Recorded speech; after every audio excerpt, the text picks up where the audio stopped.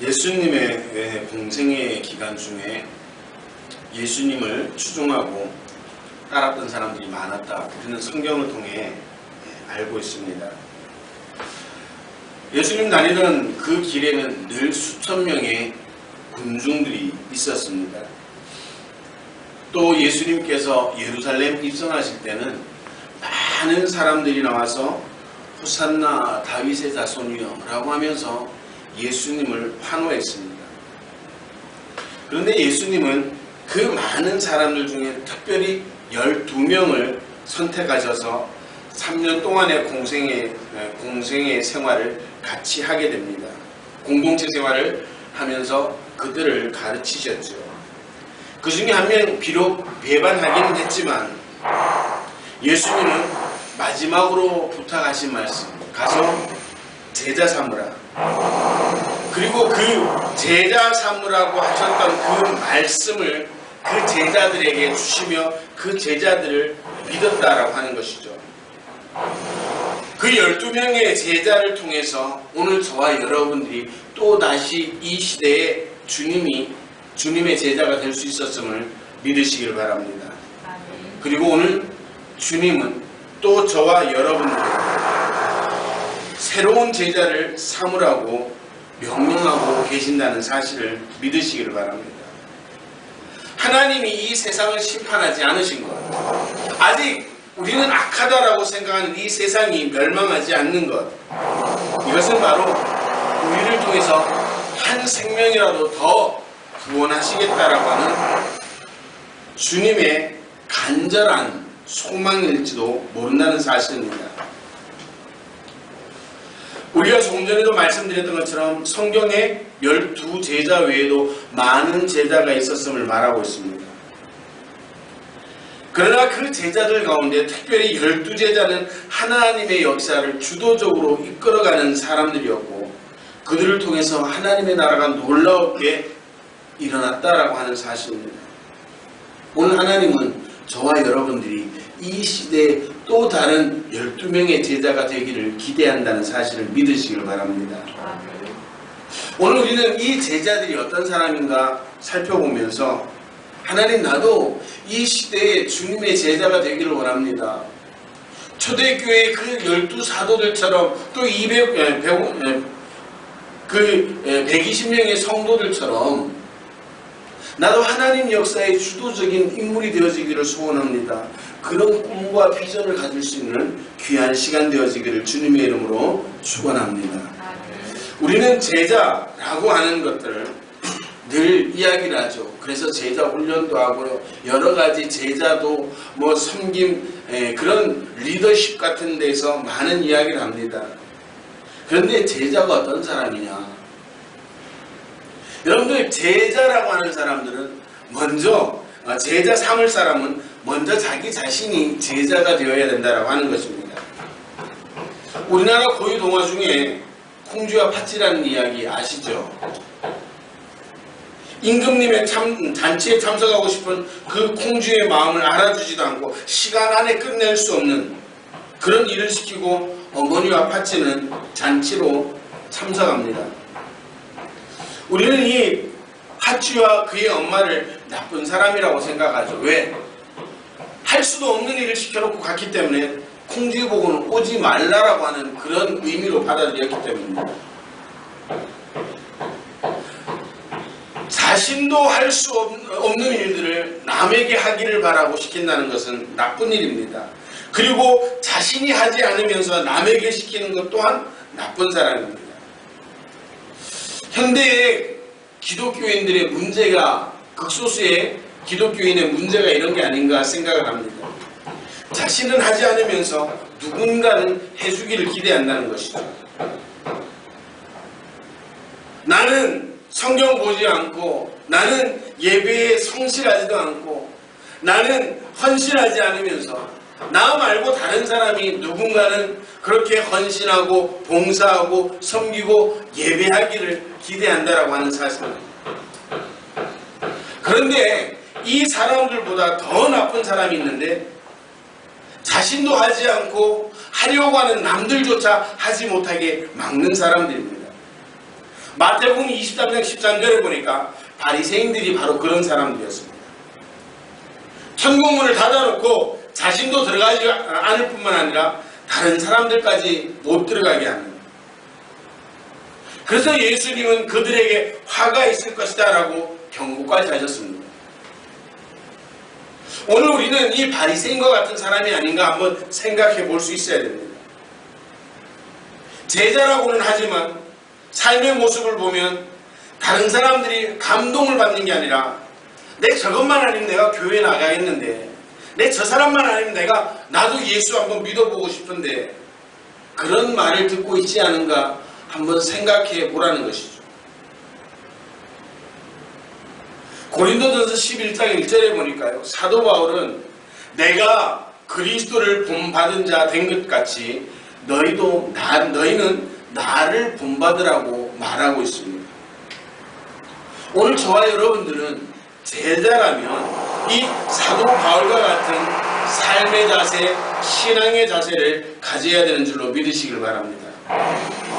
세상에서 그리스도인으로 당당하게 살아가면서 교회 안에서는 신앙의 연령이 낮은 성도들에게 본을 보이고 나같이 신앙생활하라고, 나같이 예수 믿어보라고 당당하게 말할 수 있는 성도가 참 제자라고 하는 것입니다. 참 제자는 먼저 실천하고 먼저 본이 되어서 다음 제자에게 당당히 말하고 가르쳐 똑같은 사람을 만들어내는 것, 똑같은 제자를 만들어내는 겁니다.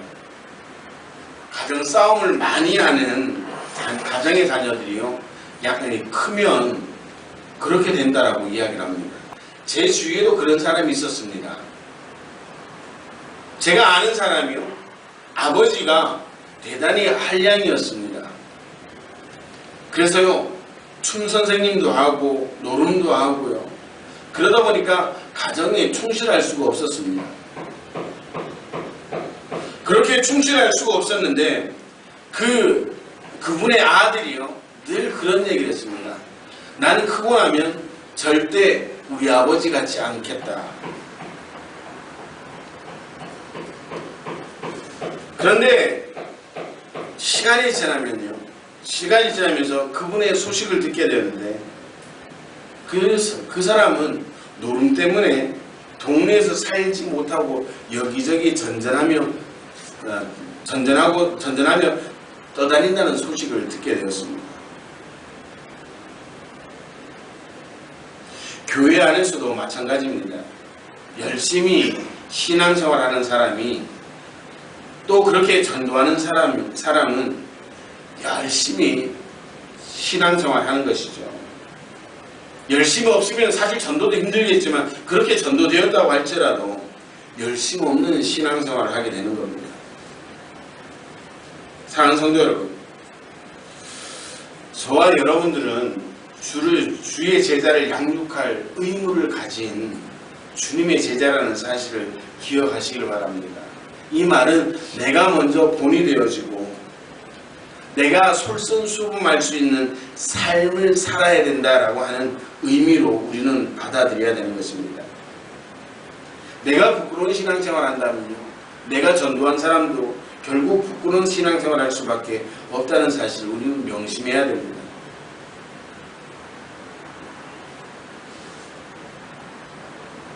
시작이 흔들리고 나니까 설교가 흔들립니다.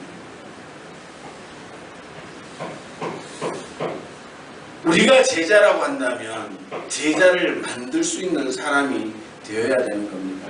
그 제자를 만들 때 부끄러운 제자들이 아니라 당당한 사람들, 당당한 주의 백성들, 당당한 주님의 제자를 만들어야 된다는 사실을 기억하시고 삶을 먼저 하나님 앞에 바로 세우고 말씀 앞에 바로 세워서 사도 바울처럼 내가 예수 믿는 것처럼 너희도 예수를 믿어라, 그렇게 당당하게 말할 수 있고 가르칠 수 있는 주님의 백성들 되시기를 주님의 이름으로 축원합니다. 두 번째 제자는요, 예수님께 미친 사람들입니다. 여러분들, 신앙뿐만 아니라 세상의 어떤 분야, 삶의 분야에서도 성공한 사람들의 공통점이 한결같이 그 분야에 미쳤다라고 하는 것입니다. 인터넷 검색을 하다 보니까 최창무 박사라고 합니다. 이분은 나비를 연구를 했답니다. 그런데 이 최창무 박사님은요, 자기 살아가면서 30년이라는 그 시간을 나비를 연구하는데 할애를 했다고 합니다. 바둑의 황제 조치훈 씨, 초등학교 때 미술 숙제를 해오라고 하니까요, 그 스케치북에다가 바둑판을 그려왔다고 합니다. 이렇듯 자기 분야에 미쳐야지 성공할 수 있는 겁니다. 여러분들, 12사도들, 우리가 또 잘 알고 있는 사도 바울은 전도자로 예수님께 미쳐있던 사람들이었습니다. 이성적인 사고, 계산적인 사고를 가지고 예수님의 참된 제자가 될 수 없다는 것입니다. 12제자는 예수님을 따라가기 위해 자기의 생업을 버린 미친 사람들이었습니다. 예수님의 이름 때문에 죽음까지 당한 미친 사람들이었습니다. 그 미친 사람들 덕분에 오늘 저와 여러분들에게 예수 믿는 은혜가 주어졌고, 그 미친 사람들 덕분에 오늘 저와 여러분들이 구원이라고 하는 이 어마어마한 선물을 받게 되었다는 사실입니다. 오늘 여러분들은 어떻습니까? 정말 미쳐 있습니까? 예수께 미쳐 있습니까? 여러분들의 그 믿음의 광적인 그런 열정이 있습니까? 오늘 저와 여러분들은 가슴에 손을 대고 한번 깊이 생각해 볼 수 있어야 됩니다. 내가 얼마나 예수께 미쳐 있는가? 내가 얼마나 하나님 앞에 미쳐 있는가? 이렇게 미쳐 있는 삶의 열정을 다 불태우는 그런 사람들에게 하나님께서 함께하여 준다는 사실을 기억하시길 바랍니다. 여러분들도 마찬가지죠. 만약에 여러분들이 사업주가 되었을 때 여러분들의 직원들을 여러분들 생각해 보십시오. 어떤 사람에게 더 많은 것을 해주고 싶겠습니까? 열정을 가진 사람이라는 거예요. 오늘 저와 여러분들이 그런 삶의 열정, 복음의 열정에 사로잡히지 않고는 우리는 제자가 될 수가 없습니다. 우리는 교회만 다니면 그 사람들이 다 제자라고 생각을 합니다. 여러분들 분명히 기억해야 될 것입니다. 예수님을 따르던 많은 군중들이 있었습니다. 많은 제자들이 있었습니다. 그러나 예수님은 그들을 다 똑같이 대하지 않았다는 사실을 기억하시길 바랍니다. 최소한 자기의 삶을 포기하고 주님을 쫓을 수 있었던 그런 정말 미치광이와 같은 그런 열정, 정열이 있을 때 주님은 그들을 부르시고 그들을 사도로 삼으시고 그들을 통해서 하나님의 나라와 하나님의 역사를 일으켜 간다는 사실입니다. 우리가 잘 알고 있는 바울, 빌립보 감옥에 갇혀 있을 때 뭐라고 기도했습니까? 하나님, 이 감옥에서 빨리 빠져나갈 수 있도록 우리를 도와주세요. 그렇게 기도했습니까? 아니에요. 여러분들 성경을 읽어보면요, 하나님, 이곳에서도 전도할 수 있는 전도의 문이 열려지게 하옵소서, 그 기도를 했다는 것이죠. 도저히 복음을 전할 수 없을 것 같은 그런 상황 속에서 복음이 전해지기를 위해 기도하고 그런 열정을 가지고 있을 때 하나님은 그곳의 간수와 그 가정이 구원받는 역사를 나타내 주셨다라고 하는 것입니다. 또 사도행전 14장에 보니까 바울이 루스드라 성에 들어가서 복음을 전하다가 돌에 맞아 거반 죽게 되었습니다. 사람들은 바울이 죽은 줄 알고 마을 밖에다 버렸는데요, 밤이 되자 바울이 다시 일어나 복음을 전하러 마을에 들어갔다라고 성경은 우리에게 증언을 하고 있습니다. 사도 바울의 이러한 열정이 있어서 이방에 복음의 진리가 전해질 수가 있었던 겁니다. 오늘 저와 여러분들도 제자라면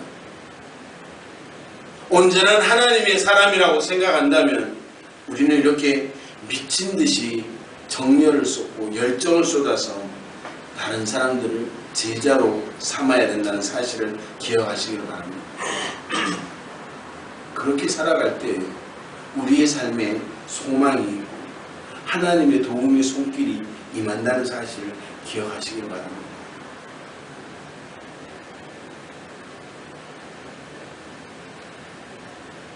그리고 제자만이 계속해서 제자를 만들어낼 수 있습니다. 예수를 그리스도로 믿고 고백하는 사람들에게 하나님은 성령도 주시고 은혜도 주십니다. 또 특별히 예수님에게 미쳐 전도 사역의 생명을 건 성도들에게 필요한 모든 것을 공급해 주시는 줄로 믿으시길 바랍니다. 왜냐하면 오늘 본문에 보니까 예수님이 마지막으로 하셨던 말씀입니다. 이제 부활하셔서 하늘 올라가시기 전에 제자들을 가르치면서 마지막으로 정말 마지막으로 가르친 그 말씀입니다. 그 말씀이 사도행전 1장 8절에 요약되어서 나타나 있죠. 여러분들도 자녀를 키워봐서 알겠지만 자녀들이 이쁠 때가 언제예요? 부모 마음을 잘 이해해 줄 때예요. 하나님도 마찬가지입니다.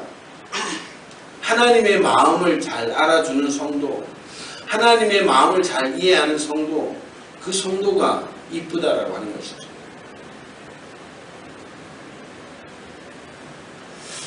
저희 어머니가 그런 말씀하세요. 10손가락 깨물어서 안 아픈 손가락 없다. 그런 말씀 많이 듣죠. 그런데요, 제가 커보니까 그렇지 않은 것 같습니다. 세게 깨무는 손가락은 많이 아프고요, 덜 세게 깨무는 손가락은 덜 아픕니다. 이 말은 뭐예요? 자식 중에도 이쁜 놈이 있고 덜 이쁜 놈이 있다는 거예요.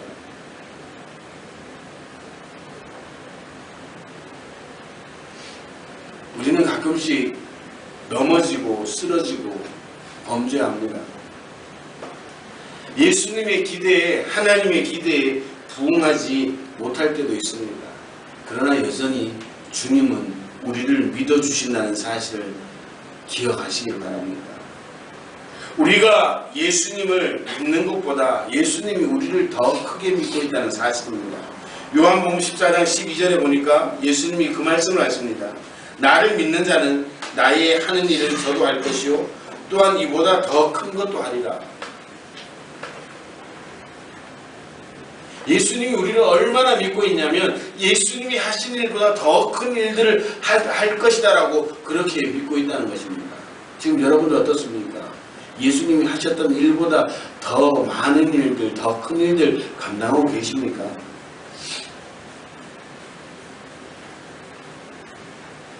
주님은 오늘 이 믿음을 바탕으로 우리에게 너희는 가서 모든 족속으로 제자를 삼으라고 그렇게 숙제를 내주신 겁니다.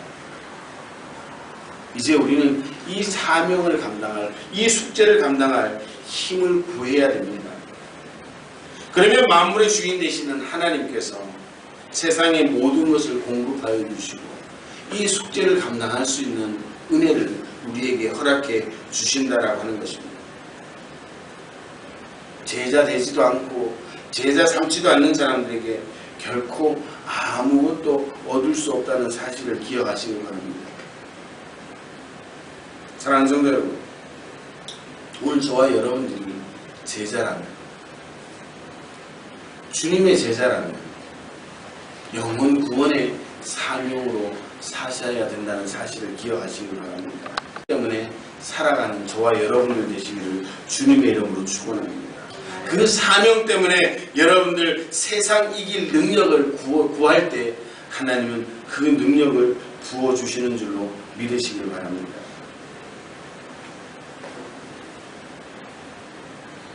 오늘 우리는 깊이 한번 생각해 봐야 됩니다. 정말 나는 제자였는가? 제자라면 주님께서 마지막으로 부탁하셨던 그 영혼 구원을 위해서 내가 지금 헌신하고 있었는가? 저도 요즘 이렇게 말씀을 묵상하고 준비를 하고 여러 가지 상황들을 보면서 내가 도대체 무엇을 했나? 정말 제대로 목회를 하고 있는 건가? 나도 정말 제대로 믿고 있는 건가? 내가 정말 지금 제대로 가고 있는 건가? 생각을 많이 하게 됩니다. 또 이 말씀을 통해서 도전도 받게 됩니다. 바꿔야지. 바뀌어야지.